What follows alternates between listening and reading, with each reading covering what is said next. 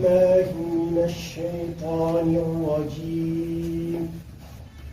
قاتلوهم يؤذبهم الله بأيديكم ويخزهم وينصركم عليهم ويشف صدور قوم مؤمنين ويذهب غيظ قلوبهم ويتوب الله على من يشاء والله عليم حكيم. أعوذ بالله من الشيطان الرجيم. بسم الله الرحمن الرحيم. الحمد لله رب العالمين والصلاة والسلام على سيد الأنبياء والمرسلين نبينا محمد وعلى آله وصحبه أجمعين ومن اتبعهم بإحسان إلى يوم الدين. قال الله جل وعلا قاتلوهم يعذبهم الله بأيديكم ويخزهم وينصركم عليهم ويشفي صدور قوم مؤمنين. Allah seni rewi gatiluhum kabde be mabbe be wolwente kambe on be laati no be fisti alkawal gona ko dum be gatiluhum kabde be mabbe yu'adhibhumullahu ay alla yangita be kanyum woni yaktuluhum alla bardabe bi aydikum be juude mon wa yukhjihim alla bustabe to holli ha do ha aya do mumin en hidde ko habda be ben man fakar kayum mari jalorgal do ben man ngam Allah seni do wangini kadi ben man do to ni mumin en go jawi kabi be mabbe ni ya kenen kambe heferbe go be torroto dum latake wangi ha aya gatiluhum yu'adhibuhumullahu asbabu nuzulil aya sababu jijippuki aya قوله تعالى كونغول الله سني قاتلوهم يعذبهم الله حجار لك الآية أخرج أبو سيخيان قتادة قال ذكر لنا أن هذه نزلت في خجاعة عند آية كاكجبي حبيت بخجاعة حين جعلوا وكتب فدي يقتلون بني بكر بدون بني بكر كوين بمكة هي مكة. Then wa akhraja an Ikrimata qala nazalat hadhihi al-ayatu fi Khuja'ah wa akhraja an Suddi wa yasfi sudura qaumin mu'minin qala hum Khuza'ah kambe woni Khuja'ah ulafa'un nabiy sallallahu alayhi wa sallam kundidirabe annabijo yakfi sudurahum min bani bakrin Allah nyawndan berde mabbe uggo e bani bakrin ko en jangino en bolwino to on ciftori derdirabe julbe ha sulhu Hudaybiya annabijo sallallahu alayhi wa sallam wari daga Madina be sahabo en mudum na habre waddi be Makka be ngari ha be ngada al umra nde o yotti ha nokkure wiyete Hudaybiya dum dayay be kerol haram don go sey o leni nelaɗo maako mo yahi ha Makka yande man ɗo ɗum sayyidina Usman ibn Affan radiyallahu an nde o yahi go ha o waɗa ɗume o yaha o dumtina yimɓe Makka annabijo sallallahu alayhi wa sallam nasta be sahabo en muɗum ɓe gaɗa al umra ɓe gurta ɓe koota jotta ka visa on o ɗaɓɓititta kadi o yaha waɗana ɓe tasira on nde o yahi ɗon goo eferɓe Makka cali ɓe mbi wala no waɗata Muhammadu wara wudda ɓe nasta wuro maɓɓe bana ni rewa Allah wurta hota waɗata ɓe lendi biyeteɗo Suhaylum no Amrin lottodake be Sayyidina Usman Suhaylum no Amrin o amma hidde ko nder Sayyidina Usmanu neeɓi ha Makka kadi o dilla o yilloya o ɓe mbimo ya ɗuufu suudu Kaaba o wimi waɗata hunde nde nulaɗo Allah waɗay enen bo en ndaara boɗɗum ha dina men no en mbayi kam ɗon go nde oɗo yilla neeɓi goo en jangino ka fu se araji fi ay kadi pewe jotta kam ɓe wi Sayyidina Usmanu barama ɗon ɓurnaɗo takle sallallahu alayhi wa sallam o jooɗi les leggal biyetengal samura o wi to nini Sayyidina Usmanu barama ɓeɗo se ɓe kabda ɓe yimɓe Makka o laddo goo ko goto nder maɓɓe o forti jungo maako ɓe ngari ɓe sappanimo ɓe fuu maɓɓe ɓe ujunere e temeɗɗe tato e capanɗe jowna ko e temeɗɗe nayona ko malla e temeɗɗe jowo ɗum konguɗi modiɓɓe ɓurnaka koɓe ɓuri tabbitingo kam yimɓe ujunere e temeɗe nayo ɓe sappani annabijo sallllahu alayhi wa sallam. har ɗon o ɓamti juuɗe maako tedduɗe ɗiɗi, o waɗi ngo, o waddi ngo, o nangi ngo, o wi to usmanu geeto ka e bonda sappa mum. wala mo heɓi ɗum nder duniyaaru ɗo ɓuɗo annabojo on waɗi sappani goɗɗo, se sayidna usman radiallahu anhu neɓayi kadi. sayidna usmanu se warti tan wartidi ɓe suhaylum no amri, kanko on ɓe leni jonta kam wara jotta ka wolda ɓe annabijo kadi. nde o wari go o wi nda ko yimɓe maako wi annabijo wara wudda ɓe banna ni nasta makka, nde nder rewa lora hoota araɓe nana banni ka waɗata. se o hoota mawri o lora ɓe accina mo makka, o nasta makka balɗe tati o rewa jawmi ko, to balɗe tati timmi bo o wurta o dilla, kafaje maɓɓe bo na nder ɓare muɗum ta wurtine. annabijo sallllahu alayhi wa sallam a yerdake noon. nder sulhu man ɓe wi jotta kadi habre walline bakin duuɓi 10 hakkunde maɓɓe ɓe kaɓata. annabijo yerdi noon man. to goɗɗo immi daga makka hooti madina, annabijo yerbitamo o warta. to goɗɗo ummi daga madina hooti makka bo ɓe gerɓitita ɗum, annabijo yerdi noon man. yewwa nden ɓe mbi ha sulhu maɓɓe goo ha ɓe wallinanno habre duuɓi 10 goo. to woodi giɗɓe nasta wakkere ɓurasinko en, to woodi giɗɓe nasta wakkere annabijo sallllahu alayhi wa sallam. har ɗon kadi nda ɗiɗo leƴƴi ɗiɗi biyeteɓe fujaa nasti wakkere annabijo sallllahu alayhi wa sallam. biyeteɓe bani bakrin kayen bo nasti wakkere ɓurasinko en, amma kamɓe ɗo konnaagu ɗon ha maɓɓe duuɓi ɓe ɗon no kaɓa. yo jotta kana ɓe bisulhu waɗina ɓeɗo go se wari dow cutka dow ñukkunde, ɓe ngari ɓe kippoye fujaa go ɓurasinko en hokki ɓe balmi, jemma wari walliti ɓe habre hala go ka fefti. to har ɗon goo nde ɓe nani ɓe leni abou soufiane yaha ha madina yaha moƴƴitina haala sulhu maɓɓe. o yahi o wolwi annabijo sallllahu alayhi wa sallam faalayimo, mo ɗaɓɓiti o wolwi fuu o tawi faalayimo. to jotta kam ɓe anditi bononda waɗi. ɗon en jangino ha do'a ka annabijo sallllahu alayhi wa sallam waɗino wakkati nde o andini jotta ka o wurtan o dilla makka o yaha o honoya ɓe. na yi kamɓe fisti sulhu go. to har ɗon o wiyata allah ho uggite maɓɓe e narruɗi maɓɓe, ta ɓe nana min ɗo gara, ta ɓe gi'a min ha min yotta. woodi kayɗini ɗum goɗɗum feere waɗi yeeso man, hunde nde goɗɗo tamata sam. e annabijo sallllahu alayhi wa sallam wolwi habaru yahan honoya ɓe. goɗɗo sahabojo muminijo ɗon yake annabijo sallllahu alayhi wa sallam wolwa haala man, wiyeteɗo hatimum no abi baltaa, kanko go se o windani ɓurasinko en ɗerewol. baate hakkilo mouhamadou hona noon nder balɗe ɗe, annabijo hona on nder balɗe ɗe. kadi goɗɗo on allah seniɗo ɗo wadda wahi wara yecca mo nda do abo allah ho gite maɓɓe noppi e narruɗi noy gite maɓɓe e narruɗi maɓɓe fuu. allah waɗi malaikaji wari yecci mo. o leni aliyu ɓe goɗɗo o wi jahe ha nokkure wiyeteɗe rawdatu ha, to on jotti toon ni on tawan debbo e goowo so ingeloba maako jaɓe ɗerewol ha maako gaddana. haha alamun min alami nubuwa. ɓe jahi ɗon goo yottugo ha nokkure ni nda debbo goo. aliyu wi waddu ɗerewol gondugol be maɗo. o wi wala iri ɗerewol kongole wondi be am. o wi ɗerewol ɗo a wurtinangol dey malla bo min suuri titte ha ɗo. debbo tawi hunde ɗo ñaaɗi, ɗerewol ha nder sable gasa mako waɗi o daggitingol o wurtini o hokki ɓe. ɓe gartiniri annabijo sallllahu alayhi wa sallam. wakkati ɗerejo fista janga min hatibimmi abi balta, daga hatim bi baba balta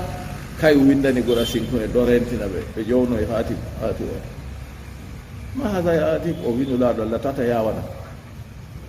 min o mi winda e ɗerewol ɗo ngam turtugo acca dina islama, na mi nafikijo. mi windaygol ngam wayugo dina, mi windaygol bo ngam dalila ha yimɓe heɓre. min o ha makka ɗo na mi asli makka, amma iyalu am ɗon ɗon on mi yiɗi min bo mi heɓa moƴƴere mi moƴƴa ɓurasinko on ni ngam ɓe aynina mi iyalu am ɗo tan mi waari ɗum wala hunde wonde feere. Umar ibn al-Khattab radiyallahu anhu nulaɗo Allah accum fiyadande nafiki jo nulaɗo Allah wi accumo a anda Allah ɗellitake do yaalirɓe konu badar o wi ifalu ma situm faqad gafartu lakum yaaliriɓe konu badar Allah wi kuwe ko on giɗi fu mi yaafake on oɗon nder yaalirɓe konu badar to ɗo ɗon ayi hunde hayɗininde masine ha goɗɗo muminijo winda iri banni o muminijo kanko wala ko ɗume to jonta kam ha nder ɗin ɗiɗi goo ɗon kadi jotta kam nde laatake banu bakri wari haɓi ɓe huja'a ɓurasinko en walliri ɓe be balmi woɓɓe maɓɓe ma ngari tawi ɓe kaɓi ɗo kadi sababu majum goo Allah seni ɗo wi gatiluhum kabde be maɓɓe yu'adhibhumullahu Allah yangita ɓe yaktulhum Allah warda ɓe bi aydikum be juuɗe mon wa yuhjihim o busta ɓe yudilluhum o toskira ɓe bil asri ɓe daheego wal gahri e jaalorgal ha ɗo Allah yecci ɓe jaaloto ɓen man ɓe nangan woɓɓe maɓɓe bo wa yansurkum alayhim Allah yida on walla on ɗo maɓɓe wa yashfi Allah ñawda sudura qawmin muminina ɓerɗe yimɓe nuɗɗinɓe bima fu'ila bihim be ko ɓe huwa hum banu huja'a kamɓe woni banu huja'a kamɓe on Allah wayi banni to hawre waɗi ɓerɗe maɓɓe ñawdeteɗo kamɓe on torraɓe wa yushim gayza qulubihim Allah dillina mone ɓerɗe maɓɓe karba ha suno muɗum wa yatubullahu Allah jaɓa tuubu ala man yasa'u dow mo o muuyi birruju'i ɓe lortago ilal islami ha islama ka abi sufyan bana abou sufyan na yi abou sufyan yake nden ɗon no to amma ha ɗo haala man ka sahli seeɗa to nini laatake abou sufyan kañum cilmunoɗo yaake fathu makka to laatake fahinta ha hitande joyenayaɓre on waɗi kana yi ka sahlini ka seeɗa to amma deydey ko ɓe jaari ɓurna fuu ɓe wi kanjum o wi ila wa yatubullahu Allah jaɓa tuubu ala man yasa'u dow mo muyi bir ruju'i ɓe lortago ilal islami ha islama ka abi sufyan wallahu alimun hakim Allah anduɗo jam hikimajo gonijo har ɗon Allah seniɗo holli ɓe nasaraku ka ɓe ngoodi ɗum daga yeeso ɓe jahay ɓe potti ɓe ɓen man wa man nasru illa min indillah wala ha nasaraku ɗum woni koye na daga Allah ha goɗɗo heɓa jaalo yimɓe to yaake nden kam seeto Allah seniɗo on walli mo so nanon wala ko heɓata ayi daga ha arti ha o wino ko haɗi on habdugo be maɓɓe on kulanɓe on na Allah on ɓuri henugo on kula ɗum yo ɗo ngam sababu majum kadi holli Allah solni ɓe Allah holli ɓe boɗo wondi be maɓɓe fakkat kamɓe on marata jaalorgal yaake nden to ni ɓe ɗowtani Allah nder o wiyata am hasibtum an tudraku walamma ya'lamillahu alladhina jahadu minkum am hasibtum malla on gikki kam bimana hamjatul inkari on gikki hasibtum on gikki an tudraku on acce non walamma ya'lamillahu lam ya'lamillahu Allah andina ilma zuhurin andal wanguki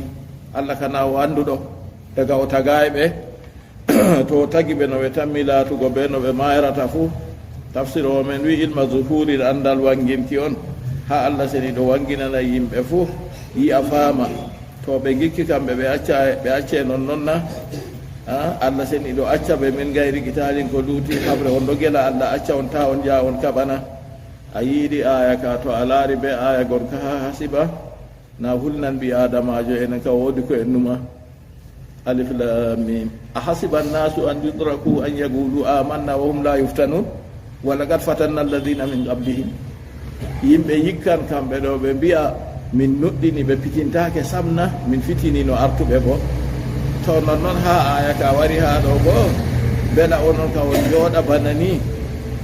on mbiya jotta on nuɗɗini ɓe atobo wiya nuɗɗini on acca ɓe ɗo torra on bana ni nden Allah seniɗo wangintana am hasibtum bela on gikki an tudraku on acce ko luuti habre hakkunde mon ɓe maɓɓe walamma ya'lamillahu ilma zuhurin Allah wanginayi bo andal ngal wanginki dafa bidhalika ma yugalu kayfa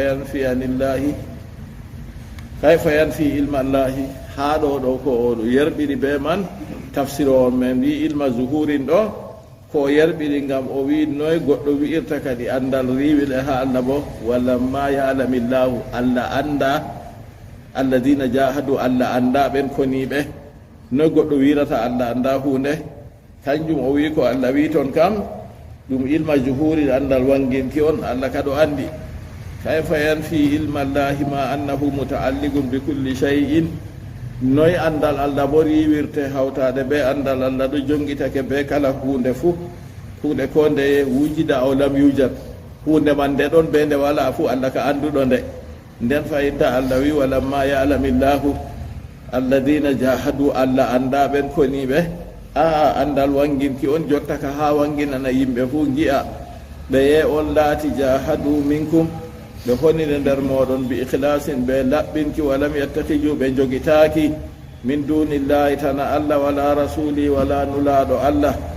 ɓe jogitaki walal muminina wala mumini en walija nastotirteɓe bitana suuɗotirteɓe awliya heetinirteɓe almana ko woni mana kam walam yashari lmukhlisuna laɓɓiniɓe wangayi nder ɓe laɓɓinayi wa humul mawsufuna bima dukira min gayrihim laɓɓiniɓe mumini en ɗo hamɓe woni tindiniraɓe be ko innaɗo ɗiggoye tana maɓɓe kamɓe kam gam allah seeɗiɗo wolwi laɓɓini nda tindinoje maɓɓe no goni nden kam kamɓe ka ɓe gonan nder yahanɓe e jihadi go ha kalimawol o wi walija min al wuluji wa huwa duhulu wuluji nastuki bana haade de o wiyanno man qara al baba wa lajja walija mo honki dammugal doogi a wari ha dammugal goɗɗo aɗo daɗi aɗo tappa maɓɓode ni aɗo tappa a accay ragare fu a nastan na to wurtan ha o telɓe malla bo wurta o tawa goɗɗo ma ko a nastan amma tappi seeɗa no noon a acci kam wooda kadi man qara al baba wa lajja walija to min al wuluji kanjum woni nastuki o huwa duhul wal mana bal zanantum an tudraku min gayri qitalin bi mujarradi qawlikum amanna onon kam on yikki on acce on kaɓata be ngam dalila konngol moɗon min nuɗɗini tan heina bal accina yushiru lmujahidu minkum l ihlasa min gayrihi kono o nder moɗon wanginal laɓɓinki dinin tatana mako ngam sey kugal man ngal wanga o huwi ngam allah walam tattakiju fillahi wala rasuli wala lmuminina shay'an on jogitaki ha allah ko nulaɗo allah ko muminijo mako hunde wala tikkere nden on ko on honi ngam allah ceniɗo tudkhilunahu fi qulubihim wala hunde feere nde on naadata ha ɓernde mon on numata ko goɗɗum feere waɗi so nani ngam lawol dina allah wa mahabbatillahi wa rasuli wal muminin wala ko on huwata ha jihadi man ni koyna ngam on giɗi allah on giɗi nulaɗo allah on giɗi mumini en ngam kalimawol allah la ilaha illallahu ɓago ngam majum tan on waɗanta wala hunde wonde feere yo seeni on ba a bana ni don allah seniɗo nde wiɓanni wallahu khabirum bima ta'malun allah kumpitiɗo ko on kuwata kuuɗe mon fuu allah andi daga yaake o tagay on o andi to tagi on ko on kuwata ko on tammi huwugo boɗɗe ɓe kalluɗe fuu mbarjari ndi o warjata on ha yaago yande dargal ha yaago nastoɓe yiite ɓe nastoɓe aljanna allah seniɗo ɗo andi hunde ko ndeyere ko luuti isaki wala ko o dulli ha majum nde laatake banni nden kam se wanga nder moɗon moye fuu wangina imanaku muɗum laamgo be yaago jihadi kadi yande nden wallahu khabirun bima ta'maluna allah kumpitiɗo ko on kuwata ma kana lil mushrikina an ya'muru masajid allah ما كان للمشركين أن يعمروا مساجد الله شاهدين على أنفسهم بالكفر ما كان للمشركين أن يعمروا مساجد الله شاهدين على أنفسهم بالكفر أولئك حبطت أعمالهم وفي النار هم خالدون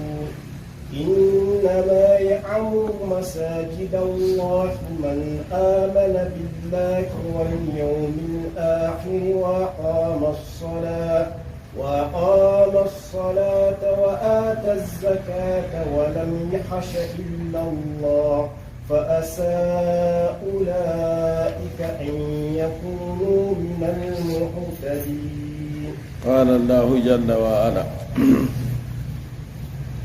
ما كان للمشركين حنداي لا تنتهي فرب أن يأمروا مساجد الله أمر ننكي ما بجولر دي الله بالإفراد والجمع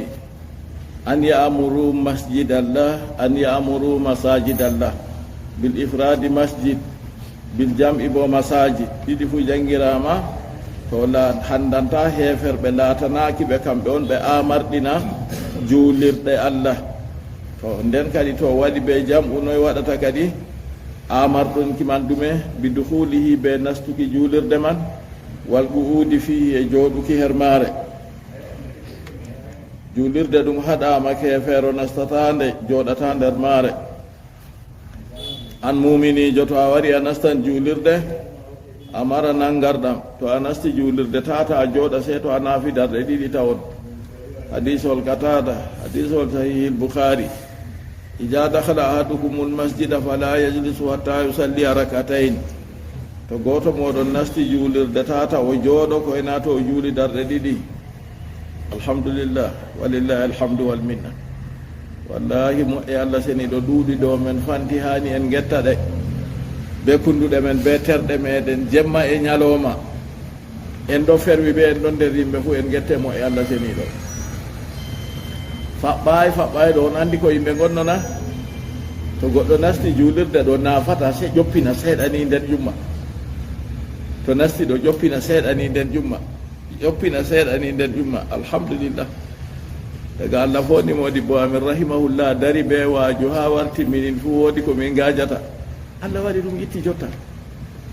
goɗɗo nastani tiita qibla ni se ƴoppina ni tawon nden umma habbira allahu akbar hande ka ɗum famɗiti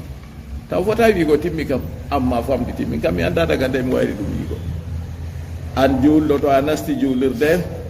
boɗɗum to a nastan juulirde ɗo a laata ceniiɗo ta yiwa janaba a nasta juulirde ta wala nangarɗam a nasta juulirde se noy a tamotoɗo to a tamotoɗo kam a jogan ko a tamirta ta a nasta juulirde a naafay darɗe ɗiɗi jooɗoɗa amma a tamotoɗo ka se noy to a nasti juulirde a resa ko a tamirta a jooɗo fiya juuɗe ma nden a tama to a tami a umma naafa darde ɗi je tahiyatul masjidi go nden a jooɗo addaruratu tubihu lmahdurat ha qaidatul usuliya kuuje ɗe laati laruje ɗe daknan kuuje kaɗaɗe to goɗɗo nastino juulirde tata jooɗo sona to naafi darde ɗiɗi to an bo jotta ka a wala nangarɗam nangiwam janaba a yiiwi a nasti juulirde nangarɗam ma yewi a nangata bo a tamotoɗo nden kam daganima an kam to a nasti man ɗo a jooɗa a tamo nden a fuɗɗa juulgo ngam jonta jonde ma nde nde taskitaka ha haala a nasti juulirde a jooɗi daga a juulay daga a naafay nden goɗɗo to woyti bo o nasti juulirde man o yejjiti o jooɗi tan o naafay nden bo ɓawo nde a siftori fu a ƴumma a naafa na hananayma a nasta juulirde a senakino kam e to goɗɗo nasti juulirde ɓawo asira bo ɓawo asira na naafila wala no mo nasti juulirde ɓawo asira nden nange siwa sayɗitago accuma woɓɓe feere wi ko nange sayɗiti fuu se a naafa ngam dalila hadisa o sahih bukhari en wingol a bugatata go ija dakhala ahadukum lmasjida fala yajlisu hatta yusalliya rakatayn to goto moɗon nasti juulirde tata o jooɗo seeto o naafi darde ɗiɗi ha ɗo yimɓe ɗo ƴamta daga ha janngirde daga mo ƴewnata ha téléphone ƴamta yimɓe ɗo ƴamta ɗuɗɗum machine amma kadi ƴamtol maɓɓe man ɗo yaake feere ka se goɗɗo anda ko jaabata ɓe jaabuɓe jawabum saafi jawabol laamgol ni ɗeɗe ko ɓe paamata jawabu man ƴamɗe man ɗume goɗɗo wiya kadi nda hadise ol wari ija dahla ahadukumul masjid fala yajlisu hatta yusalliya rakatayni e to noy to mi nasti juulirde wakkati mi nasta juulirde man ɗo naange wooji ha muta ko malla naange sayɗi yiɗi fuɗugo no mi waɗata yaake man nde hadisol ɗo wari kana fakat mi naafan laaru to yimɓe goɓe fuɗɗa hefugo an wara nafa kan nder kase mi nafa dow hadise ol ɗo a wiyamo o honon noon naange to wooji ha muta ko malla naange man nge sayɗi ha nge fuɗa minti noyi waɗata ha nge muta man na neɓata minti noyi nge waɗata fuɗa man na neɓata an ko waɗi a nufata se wakkati man on a nastata ɗo dede wakkati man ɗo ka muñu to a nastini dara tan wakkati man sahlan neɓata dede to naange man mutini halas a nafa dede to naange man fuɗi ɓamti seɗɗa nini a nafa ko waɗi a nufata se wakkati naange ɗum fuɗa naange ɗum muta on a nastata ɗo annabijo sallllahu alayhi wa sallam o wi naange ɗo fuɗa bayna qarnayi saytan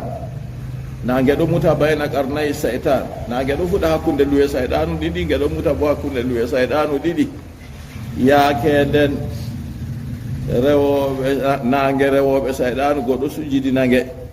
kanjum ta a nanditina be maɓɓe man tashabbaha bil qawmi fa huwa minhum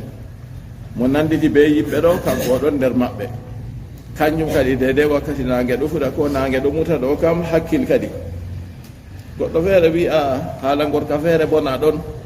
jotta ka mi ɗuufi suudu ka ba mi timmini yaake mi timmini man naange ɗo fuɗa ko bo naange ɗo muta ɗo bo na mi nafanɗo na ɓe wima ɗo fuu a muña amma woodi hadise ol onon ɓiɓɓe ka ja en ta kaɗe ko moye ɗuufi suudu ka ba nduɗo naafi ko wakkati kiye wari ɗon amma fuu yaake naange fuɗata ɓe mutata ɗo ka neɓata wakkati ɗo kam dikka to a ewiti naafugo man a muyi seeɗa nini ha to ɗum sali nden a naafi ngam dina man se to goɗɗo taskitani ka boɗɗum taw de hefeero haɗama nastugo juulirde amma en mbiyo a daruratu tubihul mahjurat laruraji feere ɗon daktina kaɗaɗi a juulirde yonde laamiɗo ɗo yaake feere na en yiya nasara ho wara ɓe paɗe mum nasta nder ton yaake ɓe ɗoma hago kuuje goɗɗe feere a wawata min fu mi wawata waɗugo sona kamɓe sona ɓe ngari ɓe nasti ɓe waɗi no en gatta kadi ko haɗi am min be ma jaggugo wawa ɗum en janggano en mbawa enen on hani en kuwa kuugal men ko ngale to ngal en wawata ɗo ɗaɓɓiti laru ha babe nokkuje cembiɗɗe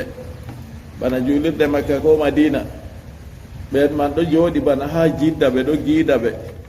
ɓe dede hunde feere mbaɗe ni ɓe jata toon kam ɓe yaha ɓe nasta to sakkoma julirɗe ɗe ɗiɗi kam ɗum kaɗa ɗum ha yimɓeji men jangatno ha madina ɗo goɗɗo feere wiyam ɓe meeɗi waddugo goɗɗo jangirde ha madina wakkere amérique ni yottugo maako daga yande o yotti wuro madina o warti ba guykuɗo hoolore tan be yimɓe wuro goye on waddiyam ɗo mi jooɗata ha ɗo min kam wuro toye ɗo mi heɓata ko mi ñaama mi heɓata ko mi ɗana mi jotta wuro ɗo ɓurtineɗam wala ko ɓe mbiyaymo wala ko o wiyata yimɓe toon ɓeɗo ko sey hoorimo ha woodi wuro ɓe wiyata gasib nde hooti toon ni halas wona kanko saf a yi hulnugo hunde allah ceniɗo waɗi hikima hunde haɗi heferɓe toon ɗo to woodi ko hani a ɓernde goɗɗo ɗo haala ɗon goɗɗo ha leddi men ɗo fuu ɓe meeɗi ɗum yaarugo jangirde toon nde o yahi ɗo ɓe yi jangirde maako an bana ɗaayi seeɗa woodi ha ɓe yarata ɓe janga waɗa ko lebbi seeɗa ko hitande nden ɓe examena goɗɗo man o heɓa o toota o hewta ha dow go o turtini ɓe toon wala haka yottayi o wi min na fijirde nde waddiyam ɗo mi wari ha mi janga yo kawtanma ɓe ɓikkon ni o ñaaɗani ɓe ɗon o wi mi hotanma ɓote ala mi hotan min koreɗam sam koreɗam lesdiyam koreɗam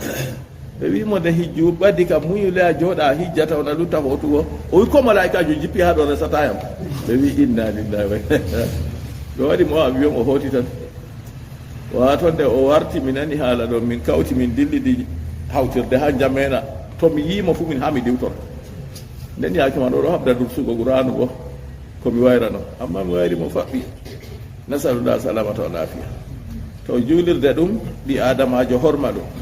allah ceniɗo wi wa annal masajida lillah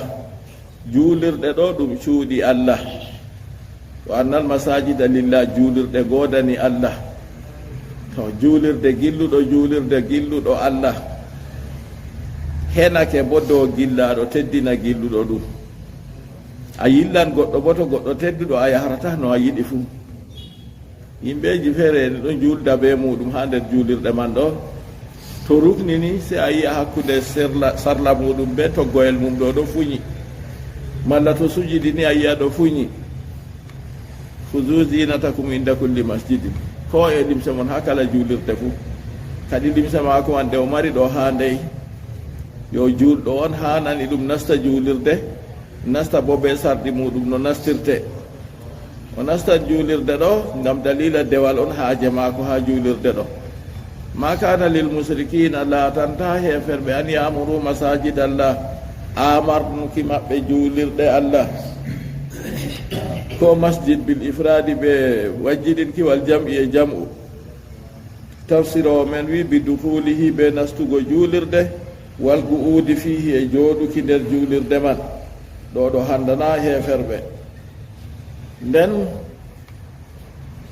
e noy mahugo juulirde man kadi kefeero mahan juulirde ɓe ceede muɗum na to yimɓe bukama wala ɗo mahira o mahini yimɓe juulirde ɓe ceede ma ko yimɓe juulan gacce waɗa amma kadi enen kam maral men ɗumen mari ɗo ɗumen kurata en mahirele ɓe man en gino ko saali seeto daga Arabie Saoudite daga Kuwait daga toy ɓe leddi seede on juulirde ɗo mahe amma jonta alhamdulillah yimɓe men kefti ɗo maha juulirɗe man mahu juulirde derɗirawo julɗo ngam Allah mahuru juulirde ɓe jawdi laamdi annabijo sallallahu alayhi wa sallam o wi man bana lillahi masjidan bana allahu lahu baytan fil janna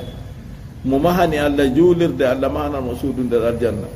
man bana lillahi masjidan walaw ka mafhasiqatatin bana allahu lahu baytan fil janna mo mahini Allah juulirde ko bana saɓɓo poola Allah mahinan mo suudu ha aljanna nden kana o nasto amma lillahi ɗo sey wona lillahi ɗo laaɓa na ngam manore o yiɗi ha wiye juulirde wayne ha wartama jotta kam juulirde amon innirta ɓe juulirde wayne feere na ɗo ka to hakkille o heɓata mbar jaridede sey laato ngam Allah man bana lillahi juulirde ɗum nokkuje ɓurduɗe yiɗeego ha Allah ha leddi juulirde nokkuje ɓurduɗe yiɗeego Allah ɓurdi yiɗugo ha leddi maako ndi e nden kam ɗi adamajo hakkilana juulirde annabijo sallallahu alayhi wa sallam o wi almasjidu baytu kulli taqiyin juulirde ɗum suudu kala kulo Allah yo juulirde ɗum nokkure tilimde nden derɗiraɓe julɓe en andi ɓe munasaba haala ma kana lil musrikina an yamuru masajid allahi jonta kam yaake itikafu yotti neɓata ɗon fuɗɗa baɗoɓe itikafu Allah seniɗo wallu ɗum Allah waɗu ɓe laɓɓina ɗum ngam Allah hokkuɓe mbar jaari mballite yimɓe ɓe torugo hayru duniya e lahira fu mballite yimɓe ɓe heɓugo de'ende ha lesdi men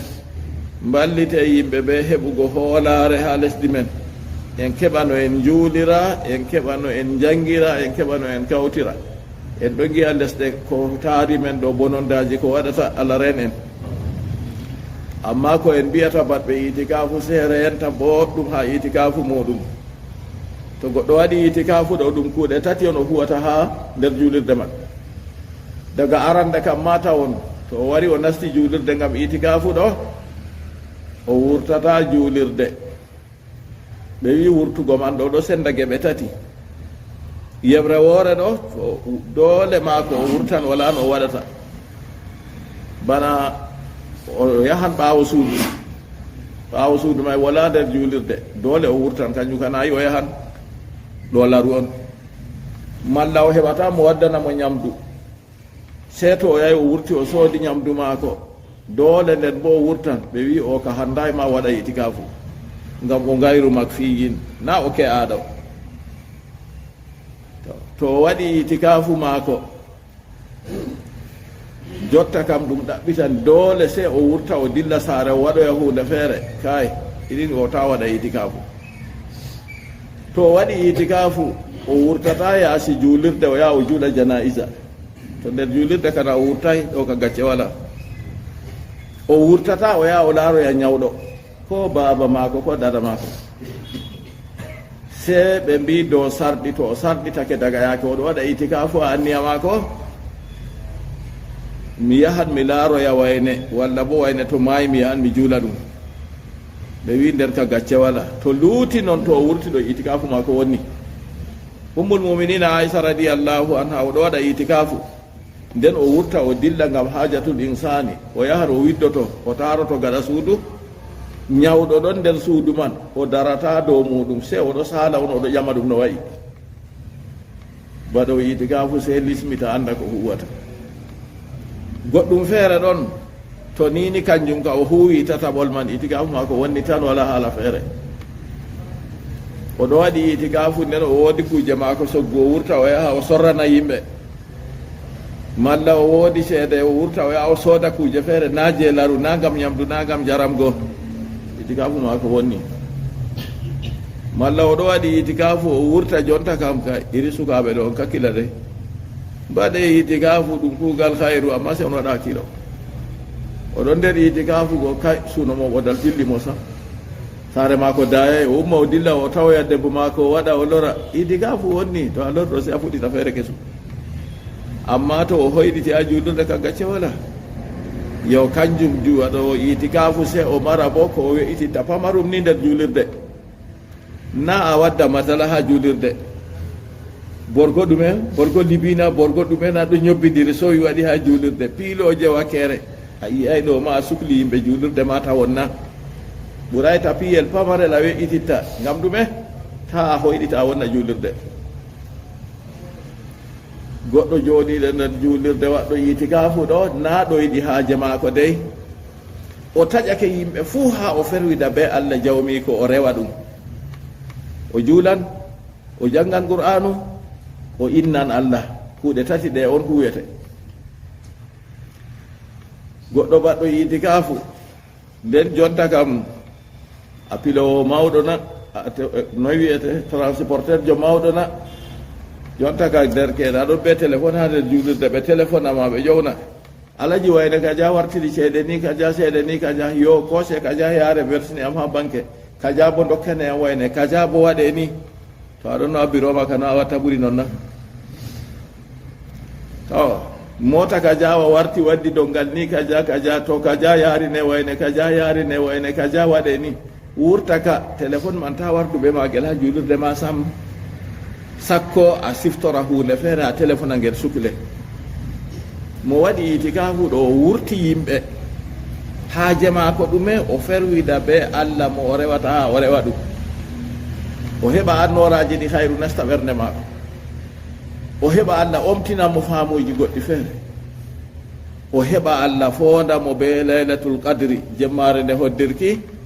jemmare nde Allah seniɗo wi laylatul qadri hayrun min alfi shahar jemmare hoddirki ɗo ɓuran lebbi ujunere ɗi laylatul qadri wala nder muɗum lebbi ujunere modiɓɓe mbi ɗum duuɓi 53 to Allah fondimo be oɗo rewa Allah nder jemmare nde a yiyai barjari man ɗuudina ngendam ma ko yottan noon na noy to Allah fondimo kala hitande fuu ɗo fondamo be jemmare goɗo rewa Allah ha waɗi duuɓi 10 useni waɗini am calcul na ko janngo a yeccammi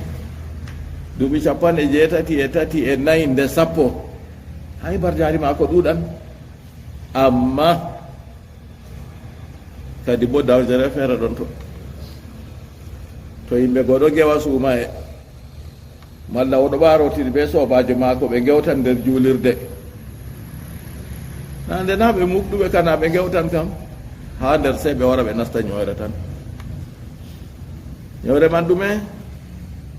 dartiɗo nder maɓɓe wiya enen ka Allah fondi en en gari en waɗi itikafu wayne en ka waɗay to jam itikafu ma woni to goɗɗo huwi geddal manngal ha itikafu ma ko itikafu woni ɗo ka pamarum nder majum on komi wolwi derɗiraɓe al itikafu qurbatun wa sunna al itikafu qurbatun wa junna itikafu ɓaddinan goɗɗo ha dewal itikafu wirnan goɗɗo ha yiite itikafu ɗum kuugal tilimgal itikafu ɗum sunna annabijo muhammad sallllahu alayhi wa sallam o seeday oɗo waɗa itikafu nder lewru suumaye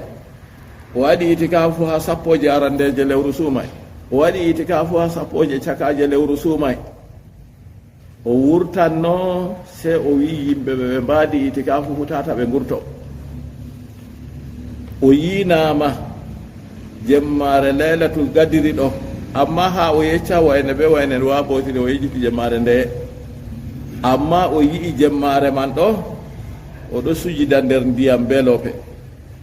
sahabojo mo filli hadisol man o wi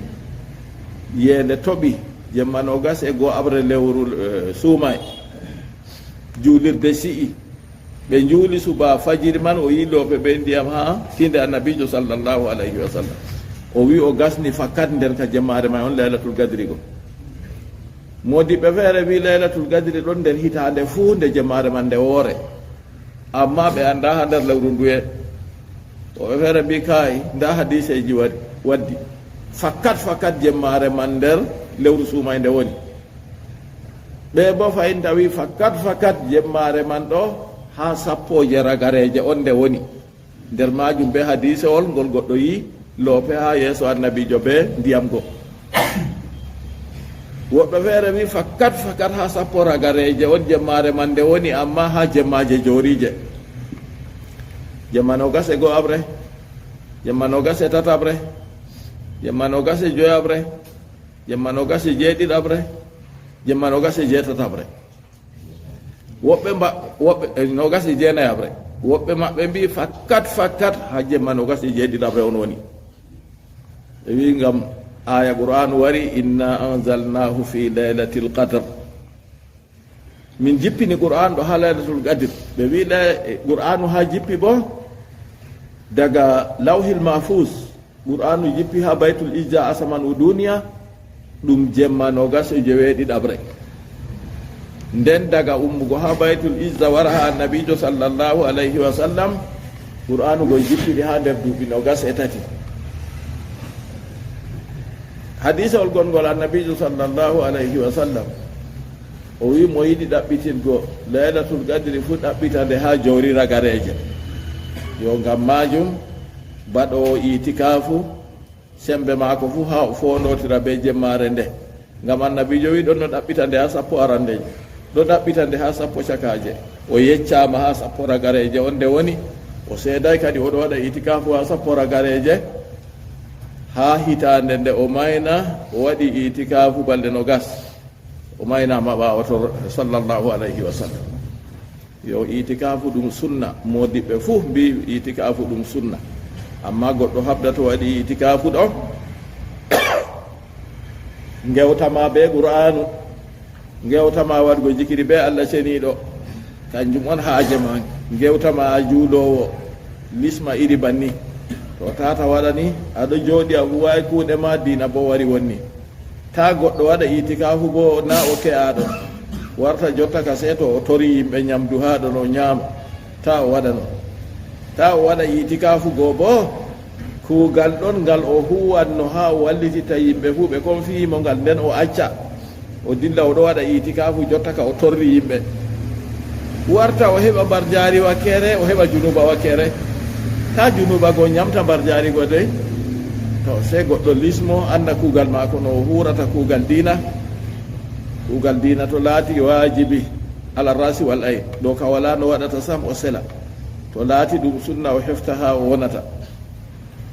ko siftiniri en ɗo ma kana lil musrikina an yamuru masajidallahi handanayi heferɓe laatanta heferɓe no ɓe amarɗina juulirde allah ɗon fahinta woodi sababu nujul ma kana lil musrikina an yamuru masajidallahi ha yaragare aya أخرج ابن أبي حاتم من طريق علي بن أبي طالب من طريق أبي طلحة عن ابن عباس رضي الله عنهما قال كان كما رويت حديث ابن عباس وقال قريش كو انبي وقال قريش أسروا يوم بدر قريش كو اندو بدها من يندكون بدر wayne be wayne capane jeeɗiɗo mbara wayne be wayne capane jeeɗiɗo dahama ɓe nangama minhumul abbas ammu rasulillahi sallllahu alayhi wa sallam nder nangaɓe goo abbas bappanulaɗo allah ɗon ɗon nden fa aqbala alayhim nafarun min ashabi rasulillahi sallllahu alayhi wa sallam yuayirunahum bishirki sey yimɓe feere huusiti kadi nder mumini en jamaare eggo e sahaba en nulaaɗo allah ɓe jahi dow nanngaɓe goo ɓe ɗo aybiraɓe be keferaku وجعل علي بن أبي طالب يوبخ العباس بسبب قتال رسول الله صلى الله عليه وسلم وقطيعة الرحم. yo Ali ibn Abi Talib o fuɗɗi kanko go jotta kam oɗo fela bapayo mako Abbasi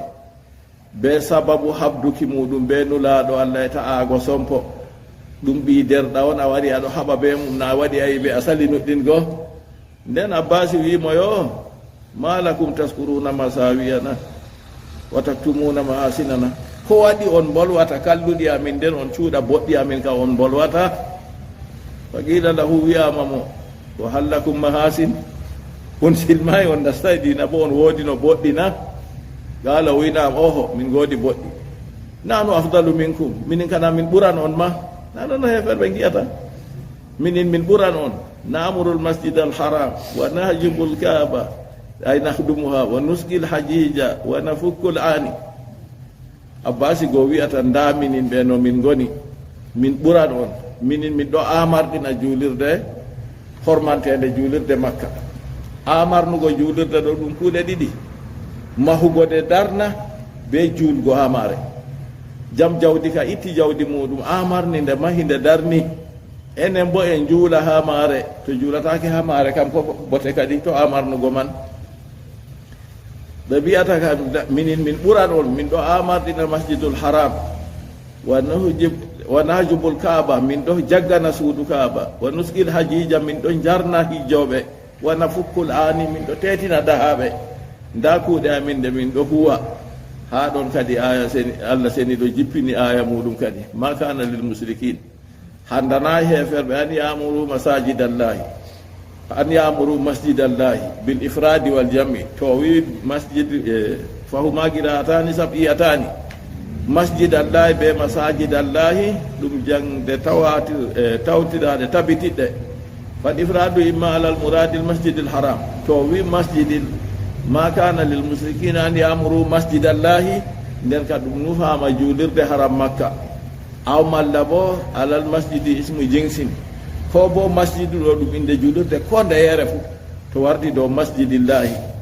to fa yarkulu fi jamiul masajid nden kam moggal juulirde fu nasti to innirde be inde masjid goni nden al masjid alif be laamu ɗo kay bonnder istigraq nder ko waɗanno yoola kuje fu wal jam'u to wi masajidallahi bo imma ala anna kulla buqatin min al masjidil harami yuqalu laha masjidun kala nokkure ha juulirde hormantede fu ɗum wiyete ɗum juulirde nokkure man ɗo ko taari juulirde man fu aw jamun bi itibari annahu qiblatun li sa'iril masajidi malla bo jam'irama ngam dalila taskitago masjidul haram juulirde Makka ɗo kayre woni qibla kala juulirde fu ɗon yimɓe husititta juula kanjum o wi kadi ɗon man ɗo ma kana lil musrikin latanta heferɓe an yamuru masajidallahi amarnuki maɓɓe juulirde ko masjidillahi sahidina ala anfusihim alhaal maɓɓe ɓeɗo seedori dow nafsuji maɓɓe dow ko e maɓɓe bil kufri ɓe keferaku kamɓe ni ɓe andi ɓe heferɓe nden ɓe amardina juulirde way kamɓe hakkilanta juulirde kay ɗo kadi handanayi ɓe sahidina ala anfusihim bil kufri ɓeɗo seediri dow hoore maɓɓe ɓe keferaku noy woni qila wiyama al muradu bihi sujudu lil asnami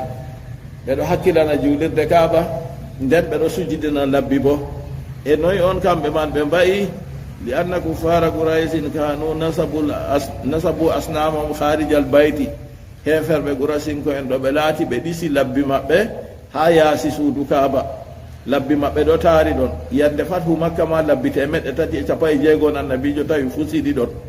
ɓe ɗo ɗisi labbi maɓɓe taari suudu kaaba nden hawtade be noon goo wa kanu yatufuna bil bayti uratan kullama tafu tawfatan sajadu lil asnami ɓe laatake ɓe ɗo ngara ɗuufa suudu kaaba goo ɓe tembitɓe ɓe wala limse ko ɗume ɓe suurita ɓe wara ɓe ɗuufa ɗon ɗo na ɓe paddey suuritan ɓe wara ɗuufa man ɗo yimɓe hoɓɓe to ɓe ngari to ɓe heɓa yimɓe Makka wuyiɓe limse ɓe wiya limse maɓɓe ɗo ɓe geddiri Allah be maaje a yi kala nde goɗɗo wi rewiran Allah be ko nafsu ma ko yiɗi fu dewal wonni tan ɓe wiya limse maɓɓe ɗo ɓe geddiri Allah be maaje sey yimɓe Makka wu'aɓe limse to wu'ayɓe bo ɓe acca limse maɓɓe ka sey ɓe ɗuufa ɓalli mere kadi suuritagol on ɓuri na ko malla limse maɓɓe ɓe wiide coɓɗe nden ɓe ɗuufa suudu kaaba go to ɓe ɗuufa go bo ɓe ɗon gima alyawma yabdu ba'duhu wa kulluhu fama bada minhu fala uhilluhu ɓe wiya hande ka al awra may to yiɗi wanga fufu malla bo wakkere mum wanga ko wangi bo mi daknana yimɓe kam nden ɓe ɗo ɗuufa go ɓe ɗo yima ya hubal way lawru inde hubal ɓe jownata non bo ɓe wiyat gufranak ɓe ɗo ɗaɓɓitira jawmirawo faru e muɗum gimi maɓɓe ɓe ɗon gima ɓe ɗo tara suudu kaaba gon no ɓe gaɗata to ɓe ɗuufi ɓe jottake ha lawru fu ɓe dilla ɓe sujjidina lawru nden ɓe saalo kadi bo to ndani ɓe laati ɓe ɗo gaɗa to kanjum sajadu lil asnam kullama ɗaafu ɗawfatan sajadu lil asnami nde ɓe ɗuufi ɗuufande woore fu ɓe sujjidina labbi falam yasdadu bidhalika illa boɗan min allah gaɗowo banni wala ko ɓesdirta ha allah koye na woɗɗuki allah tan to kamɓe ɓe laati ɓe ɗo seediri dow nafsuji maɓɓe be keferaku ndano ɓe ɗo waɗa habiɗat amaluhum kuuɗe maɓɓe girbi kuuɗe maɓɓe yibbi ɗe bonni alhasana allati iftakaru biha kuuɗe maɓɓe boɗɗe ɗe ɓe jukori be maaje ha ɓe mbi mumin en wayyoɓe ɓuran ɗum goo kuuɗe man ɗe wala bar jari ha maɓɓe ko ɗume min khidmatil masajidi koye jagganki juulirɗe goo wa fakkil asiri e tetugue dahaɗo wa sigayatal hajji e yarnuki kijjowo wa gayri dalika e tana bolwa ɗum ɗo ɗum fuu majum ɗum wonni mere warti ɓe ngala mbar jaari ha ton ko waɗi mawɗum man ni kuugal man ngal hattake sarɗi magal sarɗiwol mangol ka imanaku se tawe to imanaku tawaka moggal kuuɗe lutti patɗe nafata nden accu noon ma kadi ɓe ɗo rewa allah seniɗo on ɓe mbi nden ɓe ɗo ɗuufa to ɓe ɗuufigo ɓe ngara ɓe sujidina lawru ɗo bo wonni kuugal go nde sirku nasti batalat amaluhum kuuɗe maɓɓe bonni li adami sarɗi ha ngam soyde sarɗi kuugal ma kañum woni imanaku wala wa fi nari hum khalidun nden de kuuɗe goo bonni kam kamɓe goo bo nder yiite ɓe duumotoɓe innama yamuru masajid allahi man amana billahi wal yawmil akhiri allah ceniɗo wino yeccaago mon amarɗinanɗo juulirɗe kam on mo laati nuɗɗini allah e ñalomare ragarere wa agama salata o ɓoosi julde wa ata zakata o hokki jakka walam yahsa adan o hulayi goto fu illallah ko ena allah yo nda ɓeɗo laaru sarɗi kadi ɓe on amarɗinta juulirde nden kam mahugo juulirde be juulgo ha maare joɗgo nder maare fu nda ɓeɗo on waɗata imanaku kam se laata ɗon oɗo nuɗɗini allah seni o gonɗini allah ɗon o andi allah on jawmu kuuje fuu kañum mari kuuje allah woodi inde mum boɗɗe tindinoɗe muɗum boɗɗe allah kañum tan won deweteɗo nden ha juulirde man ɗo allah on o rewata wal yawmil akhiri e ñalomare ragarere o andi fakat yande dargal waɗan allah hiita yimɓe warja ko moye fuu be kuuɗe muɗum wagama salata o ɓoosi julde na o juuli dey o ɓoosi julde o juuli nde no nde juulirte o juula julde man no nde juulirte e nde juulete nde juulete kuuje tati ɗo se hawta rahimallahu abi o wi banni to a juulan ɗo anda no juuldata a anda nde juulata ndey to wakkati nasti a anda e juulata ha toy o wi ha juulirde a anda no juulirta noy no annabijo sallllahu alayhi wa sallam juuliri dotti en ɗo ɓe waaji en ɓe janngini en allah seni ɓe yafu ɓe naaɓuɓe aljanna to warti ha bolle men ɗo ɓe wolwini a faman haala labka tan a juula julde nde juulete e nde juulete no nde juulirte maadu kuuje tati ɗo tata ɗum luuta o wi wakkati nastayi mo a juulani a juulay no allah seniɗo umririma no annabijo juuliri a juulina nden to laatake a juulata ha nokkure annabijo juulata a juulina taw kanjum agama salata wa ata zakata o hokki jakka bo dokka ha nder noone joweetati allah seniɗo limti ɗo ta wurta nder maaje ɓe a hokkata jakka man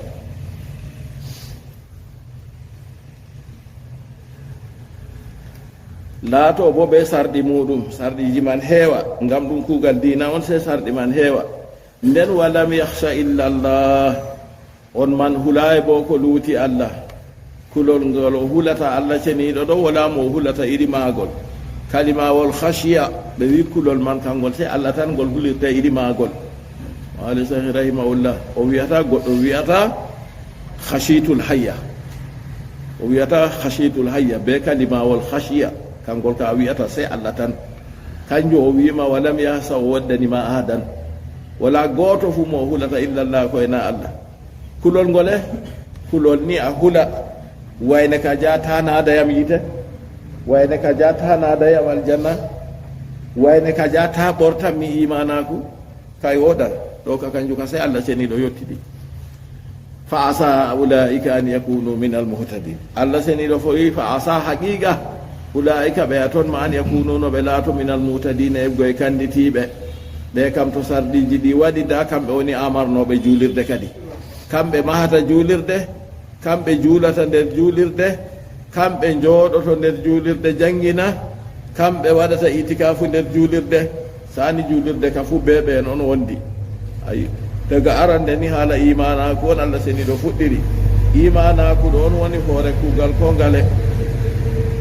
to imanaku tawaka kuugal ɓi adamajo woɗata to imanaku tawaka goɗɗo huwi kuugal kanko woni nafikijo nafiki en ɓeɗo huwa kuuɗe goo imanaku wala keferaku ɗo suuɗi nder ɓernde kanjum waɗi allah seniɗo waɗi ɓe kamɓe ɓe ɓeɗon saɓɓi ha mbeɗulle suher yiite teteɗaɓe julɓe kuuɗe meɗen en taskita en daara ɗe kala yaake fuu en kesɗitina alkawal hakkunde men be allah en kesɗitina imanaku men kala nde weeti fuu imanaku ɗum ɓesdan ustan imanaku ɗo ɓesdira ɓe ɓeddugo kuuɗe boɗɗe ɓe accugo kuuɗe kalluɗe imanaku ɗo ustira ɓe huwugo kuuɗe kalluɗe ɓe accugo kuuɗe boɗɗe nden kam se goɗɗo taskito kala yaake fuu kuuɗe maako boɗɗe ɗo ɗe ɓura ɗuuɗugo laato ɗum sar'a ɗum o huuri ɗum be anniya o huwi ngam allah tan nden bo o tokkake annabijo muhammad sallllahu alayhi wa sallam ha ɗeyde ɗo wanginiri kuugal man innama yamuru masajida allahi man amana billahi wal yawmi l akhiri o nuɗɗini allah wal yawmi l akhiri e ñalomare ragarere o anda fakat ɓaawo o nuɗɗini allah seniɗo allah ɗon kayum tagi mobgal takle fuu kayum mari takle man woodi yimɓe mum boɗɗe tindinoje muɗum boɗɗe allah ɗo duumiɗo ha foray wala jamanuje saali o wala jamanuje warata o wala nden kanko tan won deweteɗo o gonɗini noon man wal yawmil akhiri o andi ñalomare ragarere bo nde waɗan ñalomare ragarere to waɗi ɗo